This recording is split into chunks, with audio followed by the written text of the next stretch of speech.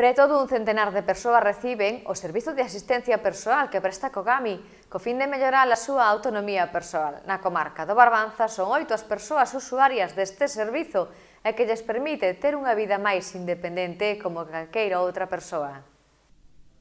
A Confederación Galega de Persoas con Discapacidade continúa falando de dereitos durante a campaña 12 chaves de inclusión, campaña que iniciou este 2020 co gallo da conmemoración do 30 aniversario.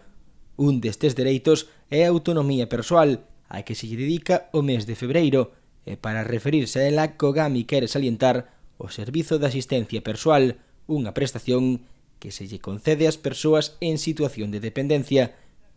Este recurso, que se iniciou a xestionar no 2007, permítelle ás persoas beneficiarias poder acadar maior independencia e autonomía na toma de decisións.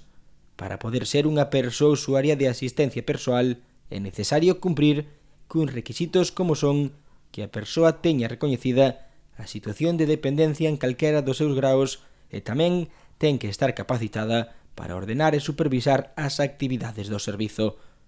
Unha vez cumpridos estes requisitos, é necesario solicitar este servizo ao persoal técnico de valoración da dependencia, organismo que valorará se se pode iniciar esta prestación.